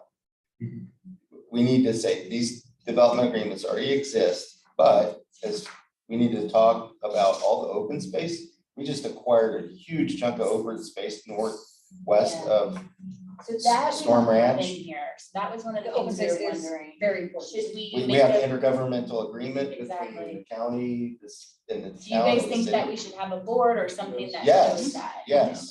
Okay. And we got a great map from Ashley. we just met with Joe Baines, the Parks and Recreation Director for the city of Prescott, and we're gonna get him with you and your team, Kate. Okay. To Ashley's point, you know, Joe's the one, I guess, spearheading on behalf of the city or working primarily on this, but what Ashley's saying is this was a huge, all these things are huge in this conversation. Yeah. When I we agree. started this process, the county of Prescott and Prescott Valley did not have an agreement Correct. that is in place today for that state trust land around the Sundog connector. And that was early on, that was such a fear that that state trust would become homes Yep. because of Sundog connector. In theory, that's obviously much less of an issue because of what's happened in the last few months. They will still say that they believe, because they believe this is a decision that's already been made, they will say and counter that with, we think that one day Prescott will just renege and sell this land to commercial development. And that's already what they're saying to me, so if you can figure out a way to counter that too. We're putting conservation easement on it. I know, I don't know what to say to these people. So one development I think that hasn't been mentioned is, and I'm sure Norm would have mentioned it if you were here for the town, but Jasper development, which is, you know, kind of just off 89A, but Yep. they are in the process right now, I think within the next probably month to 60 days, gonna start construction on Jasper Parkway, Yeah. which goes south from Jasper and connects directly to Highway 69. Yep. And so that's gonna take, I don't know how many homes are in Jasper. You It's know, huge. I can only speculate. It's a lot. It's thousands of homes. That is going to be another influx onto 69 that's using that route. I agree. Yeah, no, I agree. Great point. It's a great It's point. a great point. I think again. And again, already approved. Yeah. That's the key, already approved. Yeah, it is. I mean, it's moving forward, like now. But the other thing, and you know, is trail connectivity. We have huge plans for building trails all over Glassford Hill and Sundog. How are you gonna get there? Sundog connector. That's how you're gonna access this trail network. And we talked about that with Joe too, Yeah. that, you know, let's let him work with you all about starting the illustration of a trailhead on Sundog connector to the trails that Ashley's referring to. So Joe can contribute that as a stakeholder. I think we need to talk about that at this meeting, have foam board displays, open space and trails kind of go I agree, together. yeah. And trailheads open space and trails. I think that all, in the intergovernmental agreement that we have, I think that all is kind of like, that could be one station at the public meeting. I think. Okay. So let's see if Joe can attend.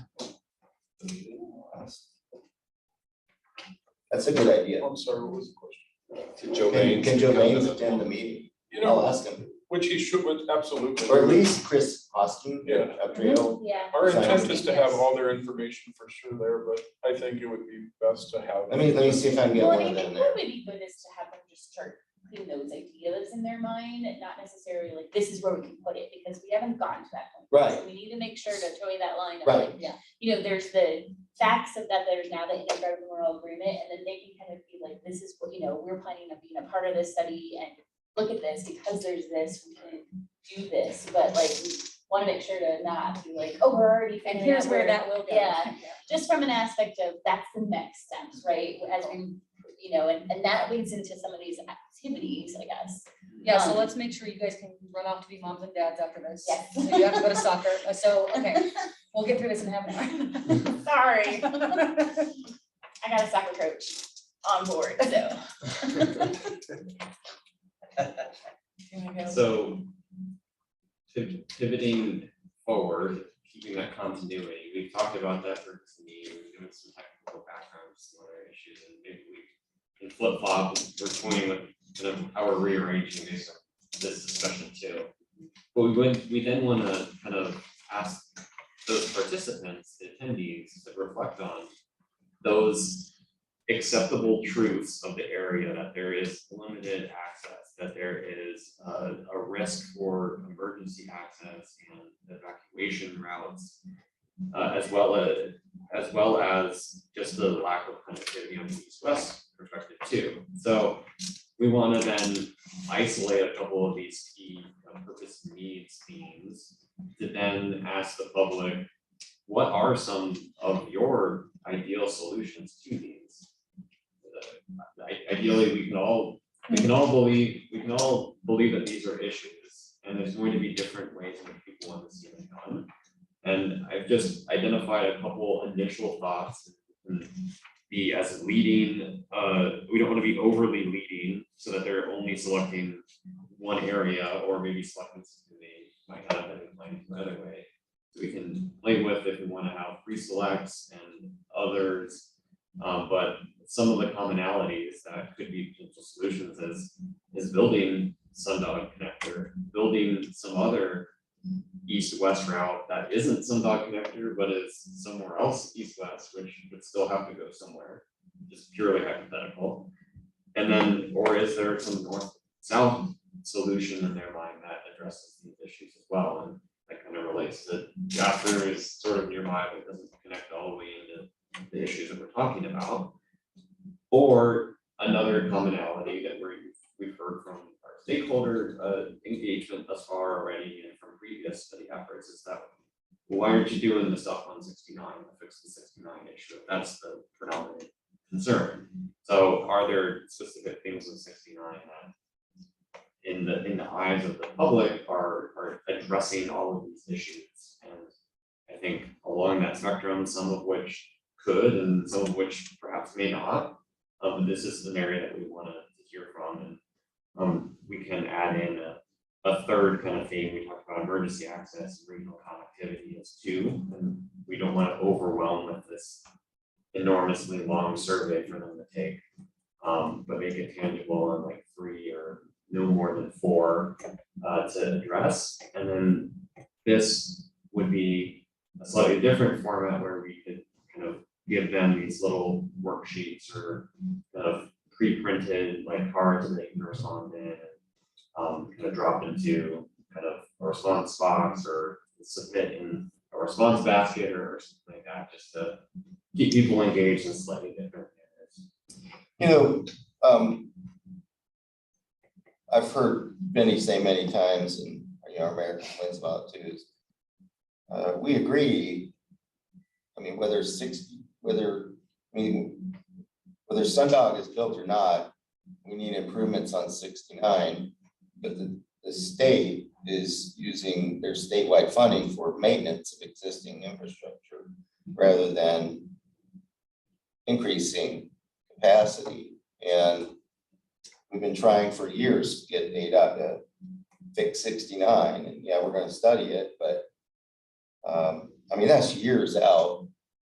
There also has to be a kind of change in their philosophy of building capacity and improvement projects and not just maintaining. I mean, correct me if I'm wrong, did I accurately No, characterize you what did, building? and I think Kate said it earlier, we absolutely must have a station about 69. And I think two things in that.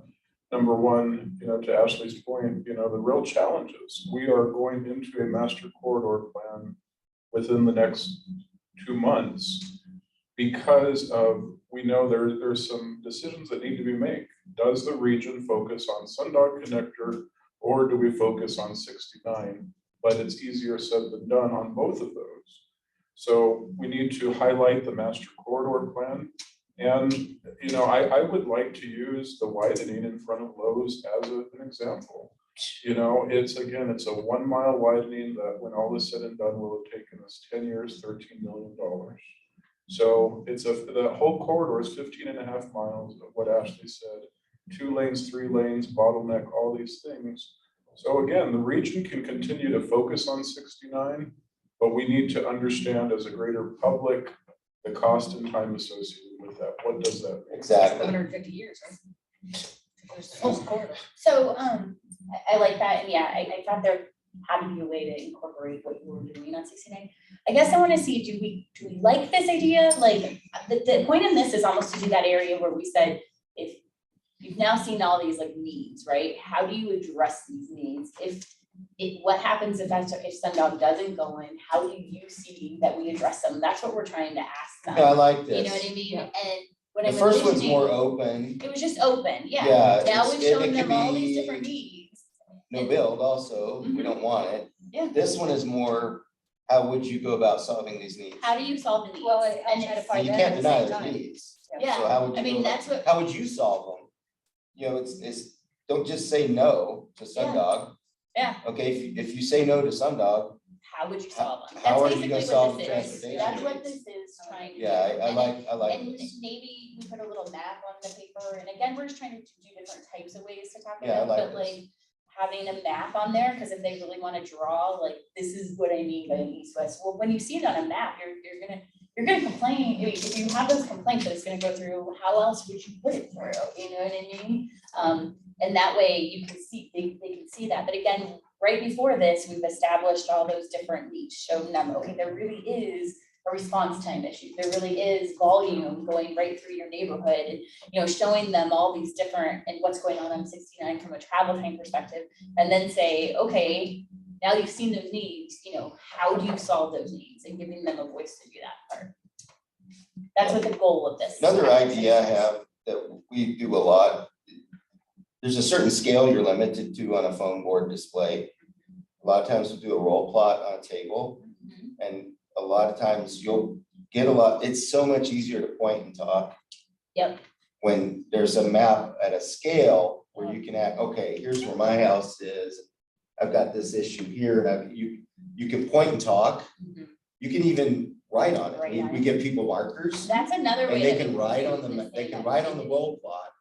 We usually have 2 roll plots, because people engage a lot with the roll plot with staff, and then they pick up the marker and they can put comments right on the roll, right on the roll plot, or they You can't can. do a roll up for this one. It'd have to be like a regional map. Yeah, like is what it would have to the be. area of the triangle. We could do it, but Right. like, that's what we Showing want to the talk. existing roads, and then the corridor, the general Yeah. corridor. So, and that's the map that would be on a paper, if we went more paper with this. Or we could have it more hands-on, interactive, or more side by side. I think that's a great idea. So more interactive as Well, opposed to paper. In your activity 3, which, sorry, I jumped ahead a little bit. No, you're good.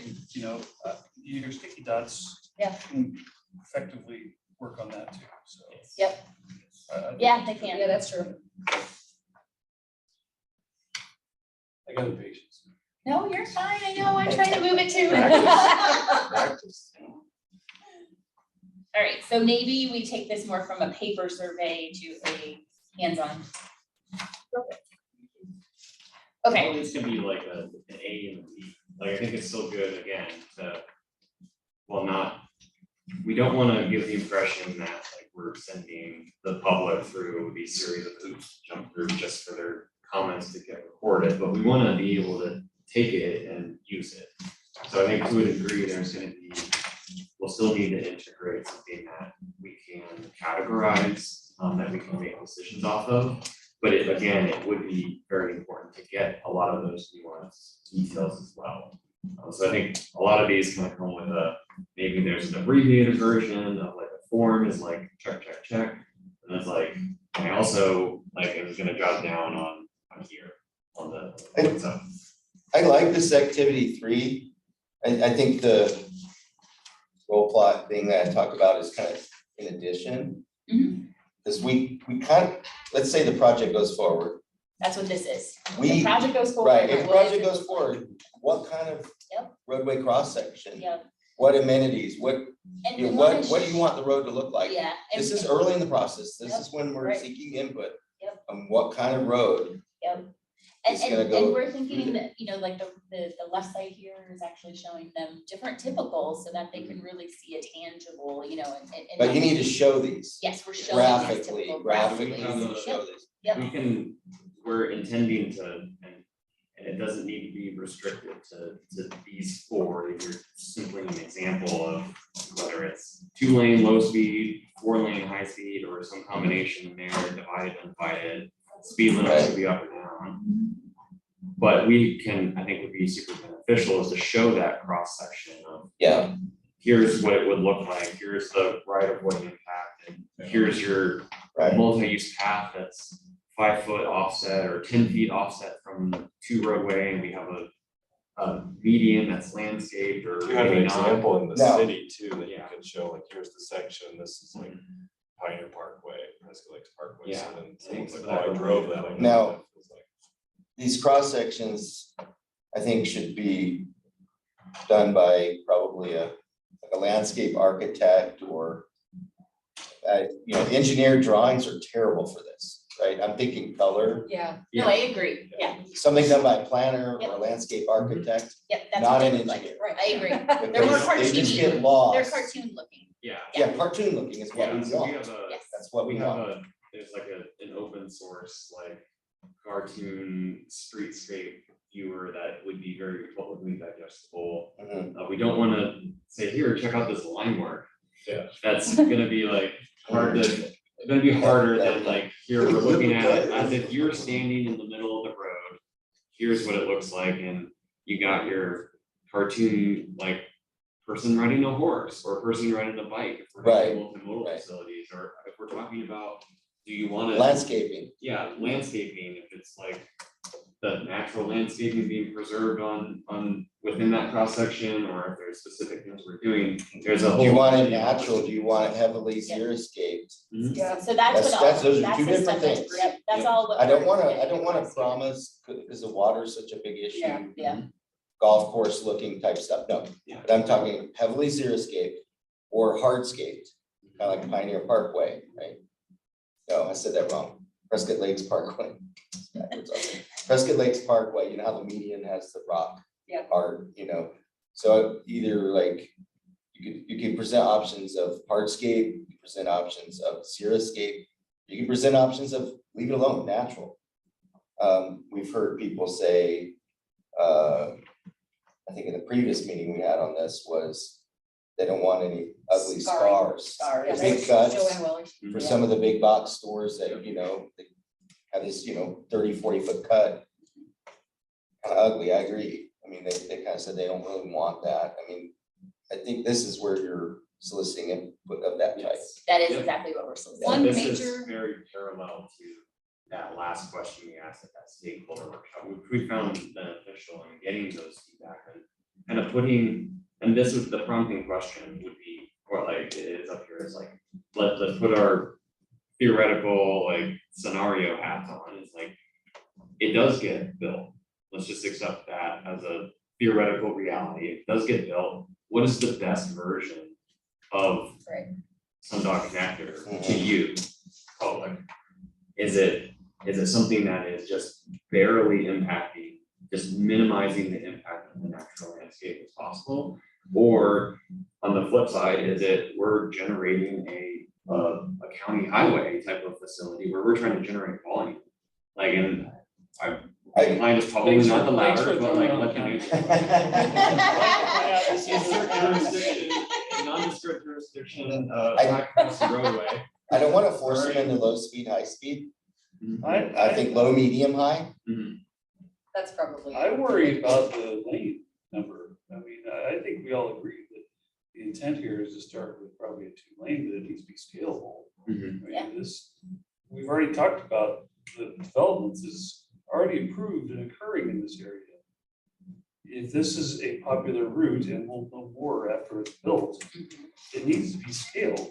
Absolutely. Yeah. So, you know, while I'm a proponent of something that's more parkway-like, you know, that's probably, you know, on the lower end of that, then, you know, we're not building a 60-mile-an-hour road here. That is not the intent here. But Do you guys it think that needs we to be should take something out the similar 2 lanes to then? Prescott Lakes Parkway, in my opinion, because it is going to, you know, it's gonna be going through a neighborhood for one, or a couple neighborhoods, let's face it. So, you know, we gotta keep that in mind. We're not gonna be pulling some high-speed thing through 2 neighborhoods. Yep. It's never gonna happen. So, you So know, there's some middle ground somewhere that needs to be considered. But we need to get enough right of way so that we're not shooting ourselves in the foot. I'm totally. For somebody, I agree. you know, and I'm talking people that come up after us 30, 40, 50 years. Oh, yeah. Yeah, I agree. Do you guys think we should take out the 2-lane option then? Is it on the table? I think Because the if you give it as an engineering- option, it needs to be clear that, you know, it's here and the right of way is here. Right, yeah. And that, you know, the right of way. We're getting the right of way for at least a 4-lane and I about agree. 6-lane future road. And my thoughts are ultimately build out a 4-lane divided parkway, maybe 40 mile an hour posted speed, maybe 45. That's kind of, and then when you get right into like Storm Ranch in that area, maybe go down to 35 or That's something. kind of That's kind of what I everybody's have been in mind. envisioning. The topography is going to dictate some of that. It is. Absolutely. Because this has significant. On the, Well, I and the looked at volumes that are gonna dictate how many lanes. on the east end over by Home Depot. Yeah. That terrain, I looked at this. Yeah. That terrain is very steep. Yeah, it is. That is, Well, and again, that's why we want to make sure, while we're moving forward, and I think one of the things is that we are going through topography, and so I we think want to there's- make sure. I think there's pitfalls with this, is what I'm trying to get at. Got it, yep. You know, it gives the impression that we're making promises on something that we're not that far down to make those No, we're decisions not. yet. You know what I mean? And I think my silly question to this though, isn't, I mean, can't we predict that the public is gonna overwhelmingly choose the least impactful? I would agree. Yeah, As I would, as an everyday citizen, if you're giving me the choice, I'm gonna pick number 1, 2-lane divided 35 miles an hour. Whereas you look at the technical experts that just for the last few minutes explained it incredibly well. There's a reason for what's happening here. And so I guess I'm not sure what we're trying to achieve here. well, let's not, look, we control the menu. yeah, that's what I'm saying. I We think we control the take menu. out the 2. Let's I do not put think- on the menu something that we, from a technical side, don't like. Yeah. Okay, we need to put on the menu acceptable alternatives. I think everybody is saying, I mean, Norm's not here, but we need the right of way for at least 4-lane divided. At least, if not more. And plus multimodal of some sort, Yes. right? So we need it, you know, either bike lanes or multi-use path or both, and maybe even sidewalks. But I think that's what we help them, I mean, the point in this is trying to help the public have input into that portion especially, right? We do, I like the concept, Because it's the just, concept is trying to get them to be like, yeah, we'd like to see a multi-use pass. Yes, we'd like to Yes. see transit, trailheads, that'd be great to put in here, you know what I mean? Because, and the scarring and stuff like that. I think, yes, I agree, we need to choose the left-hand side more, but the concept is trying to, but I like the input of maybe, you know, we agree, it probably won't be it won't be a 2-lane, so that's probably not, although the implementation would be, right? Scalable. Yeah, the implementation would be at some point, but the ultimate probably wouldn't be. But I think The ultimate cross-section is not gonna be. exactly. But I think that we want to make sure that, you know, we understand that they're being heard. You know, if they say, no, we want bike lanes, we don't want a multi-use path, no one would actually use it, and we hear that overwhelmingly, I think that's something to put in. That is, yeah, those things are on the, again, we put on the table acceptable alternatives, which are, do you want a multi-use path, yes or no? Yeah. That's easy. Do you want sidewalks at all? So the sidewalks could be on both sides, sidewalk could be on one side or not at all, Are they lit? okay? You have choices on natural or xeriscape, but natural is pretty much left alone, right? Xeriscape, hardscape, a combination. Yep. Right, so that, so by placing on the menu things that are acceptable technically, then you are soliciting input on the type of project that we're delivering. Yep. But you're not making promises that we don't want to keep. Plus, they also get to have the opportunity, if that's what their comment actually is, they get to write that on the blank sticky note and say, no, I want a What one about lane sound walls? horse and buggy road or whatever they want. Yeah, so Sound something walls, like yes, that. yes. So we are having environmental, we kind of, Jessica's online, but we are gonna But- have our environmental expert there. We know from just the or the stakeholder meeting, that noise and visual. Well, that's the thing. things that If you are- have sound walls, you reduce sound, but now you Now it's might noise. lose your view shed. Yeah, Do you want noise wall, yes or no? What about streetlights? yeah, You want that's the part I'm streetlights, yes or no? I mean, there are a lot of, if we're gonna have a roundabout, it has to be, but otherwise, because the standards dictate, you have to have street lighting at a roundabout, but otherwise, it's optional. So why don't you guys work a little bit based on this feedback on activity 3 and send out, you know, maybe we can keep working on this together as a group. Let's I make sure agree we with- have time for Kate and Matt to talk about the next steps before you guys have them. Yeah, I think that's easy. I mean, Okay. Yeah, I mean, this would, next step again, is just, you know, the next step is still intended to be part of the board, and we talked about it in a different context, maybe it's on both, the beginning where we are here in the process. But importantly, I think it's important to leave them with, this is not the one and done. Right. And this is usable feedback. Everything that you're giving us here, as well as any of the comments that you leave in the generic form on your way out, or you sit down at one of the tables, we are going to use this in this process to help identify that purpose need and other elements moving forward. So identify what we're doing next, and technically identify how we're going to use that feedback, and then how we're going to come back to both the stakeholder group, who are representative of the broader public as well, for key constituents. And then when do we come back to you, the public? Yeah, give them an idea when we're gonna come back. Yeah. In a newsletter, I said, this is where we are engaging you all to understand what the purpose and need is. In our next public meeting is when we present the preferred alternatives for you guys. So hopefully that preloads them with the knowledge that this isn't the time where we're gonna select the roads. Right, we're gonna I talk think, about alternatives I to think all of when we can make clear this meeting, the purpose of this meeting is primarily to tell you what we're doing and solicit input at the very beginning. Okay, in the next meeting, we will summarize the input that we received and present it. This is what we heard at the And first here's meeting. the alternative. Okay, and here's how we think we can incorporate your feedback.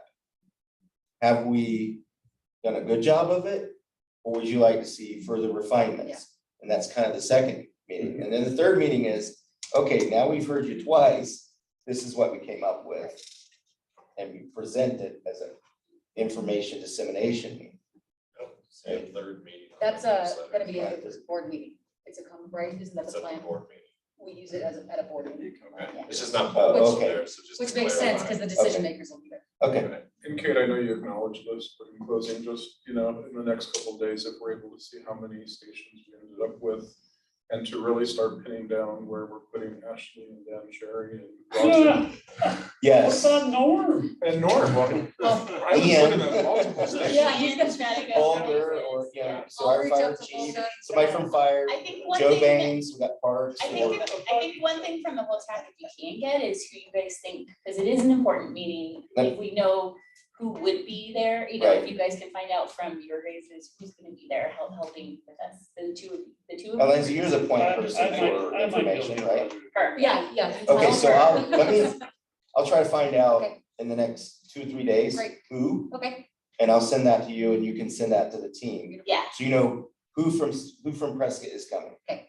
And then And- you can and- start planning this number of stations and where do you Exactly. want us? yes, so we Do can you want plan us to all that. float? Do you want us to staff a certain station? And I think We're happy once to do we- either. Once we see that layout, Kate, of, I don't know, you have 12 stations, and it's like, just tentative, you know, hey, Ashley, Vinny, Dan, whatever it is, and that way we can start saying, I don't know if I'm the best person for it, or who else is gonna be. Yeah. So the first thing we need to do though is come up with the end of our board, so I need that information from him, I need to make sure that you guys are gonna get the counts, so that we know how many different boards we have and all that kind of stuff. Well, one way or another, we'll get the counts. Okay, perfect, so just run with that, okay? Yeah, we'll get you the counts. so actually for my own, oh, sorry, Dennis, go ahead.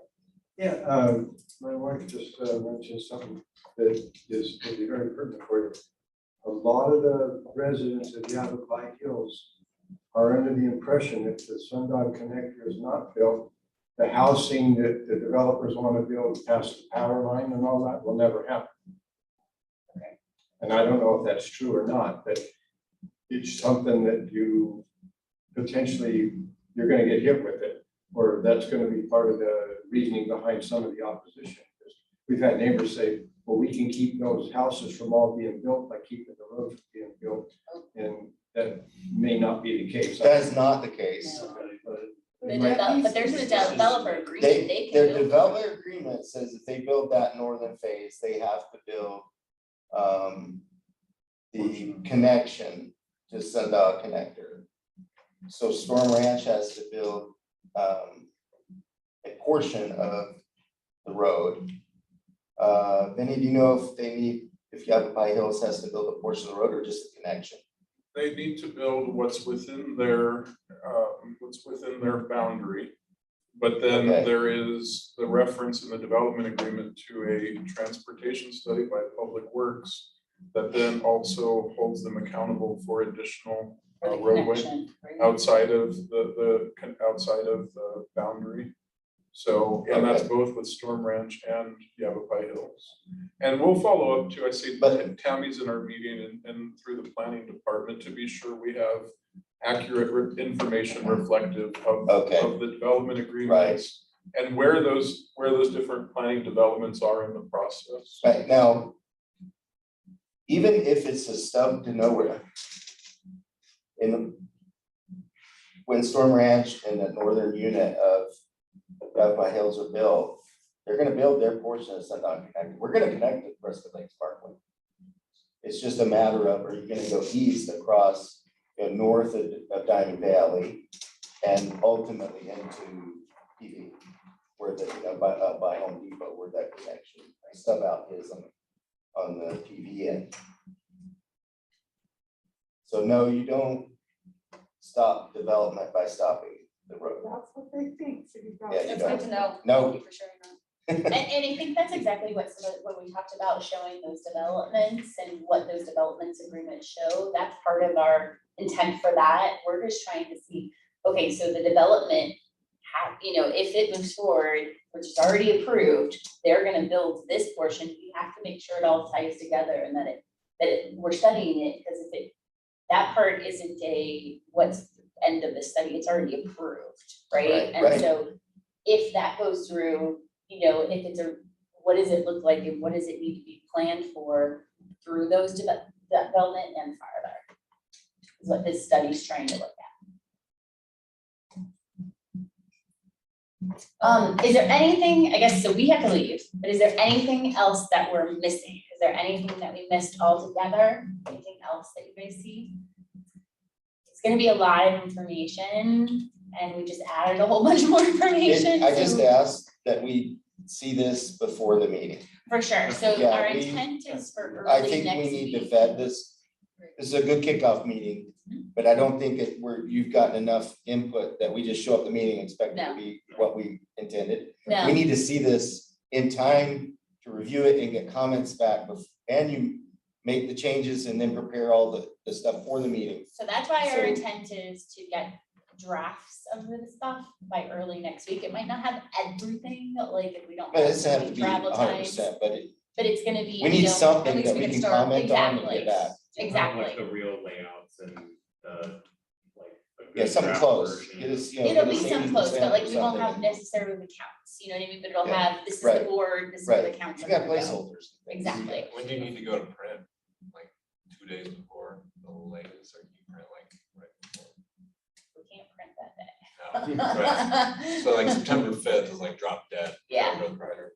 2 days, is that enough? 3? Depends how many Since it's the boards we holiday. I guess that's have. Labor Day. Yeah, we got Labor Day. Labor we Day, got so Labor maybe the Day. Friday It's before. Labor You probably Day, need it we by the have to Friday have it before, by right? Friday, yeah, The Friday before Labor Day? yeah. Okay, Which we basically, I mean, we wanna be going back and forth next week is what we want. okay. But we need the counts, if you guys are gonna do them, they need to be done, That can be a plug and play. yeah, it can't be a plug and play, they You just can go ahead probably need to be and done prepare next it, week. just throw the numbers Yeah. on there last minute. Exactly. So, Take a quick look at this is the postcard that'll go out, physical mail. Right, I think. Yeah. And then, so Allison and I are going to tackle that tomorrow. We're gonna have Sir Speedy just do all of the zip coding and everything and just send that out. So this is gonna go out physically. So we have Sundown Connector, what we're expecting, what the public can expect from the meeting, it's interactive, it's an open house, it's on that Wednesday. We specifying the steps, the Pomodoro as you want, some general wayfinding instructions, we'll have signage on site, pointing them to that eastern entrance. We will have we confirm that those doors will be open for our event only, even though the Spire complex is mall entrance only to the public or to members. And then flip side, we have some project information, the contact information, the QR code, the webpage We just have the website. directly on the bottom, and some language and translation accommodations, as well, and a short description of the project. you're gonna have signs directing people. Yeah, To so the the only venue, thing right? that, yes, but the only thing that me and Allison were talking about is possibly on that website too, since it's heavily putting a map of the mall and putting the star That's a good on idea. it. Because I'm not directionally, gifted, so that doesn't help me. But like a little tiny map with a like star, like this is where you park at. This is where you park, this is where you get in. Yeah, we could possibly include it in the front of this, but I don't know, 'cause the addresses go on the right, I think it would be hard to put in this, but if it's on the website, I think that would work. Yeah, and so I'll use this, we'll go out physically, and a version of it will go out to your social media people at your various municipalities. So I'll get in touch with you or whoever it is to find out who that is. I know who it is for PV. So this is gonna be a combination of, this is gonna John go physically. Heine, Say it again. John Heine. Oh, that's right, okay. And then social media posts are gonna go out starting hopefully first thing tomorrow morning, so. And We'll do what we any other can on our way, end yeah, to let the public know. Great. Once any other once way you're that ready we can with get it out. prime time, we'll get, you can send it to me, I can send it to John Heine, or you can Okay. just go directly to John Heine. We'll Thanks, make Ashley. sure where it gets out. Any other way that we can reach out to other people, like I think the mailers will go out to the communities that are right there, but we gotta figure out how to reach out regionally too. You might wanna put the address in or the name in Google Maps and see if that navigates you to the right place. It is new. Good thought. If it does not, All that stuff. if it does not, Pretty I sure would it does. Yeah. So worry far- more about, So far, it's worked for Google, but I think it's a good point to try some other. Right. there's Apple Maps, there are Yes. the other map stuff, Yeah, but we have checked Good both thoughts. address and Aspire Sports. And it does gets you there? follow Correctly. And Okay. then we're also gonna have to have quite a bit of signage at all the entrances to the Yes, mall. So yes. like, and we're just thinking, like the little, like political signs, kind of thing, and just be like. So is that consultant that's gonna do that, or is that Simbo that's gonna do that? AECom. So we'll A, help, okay. yeah, so us, will help, and it'll probably be a little bit of joint, they have some A-frames that just like are pretty standard. And that we're they neighbors put in with the Sir front. Speedy, so Okay. it's always easy to work with them. Okay. Well, we powered through it. Anything else? Dan, no? I think I Okay. Not more than taking up enough of your time. Thank you guys for joining. Yeah, thanks for coming. You offered some really good input, Yeah, that was great. and we appreciate it. Thank you so much. Soccer time. Hurry up. All the moms. Dan, he called me. That's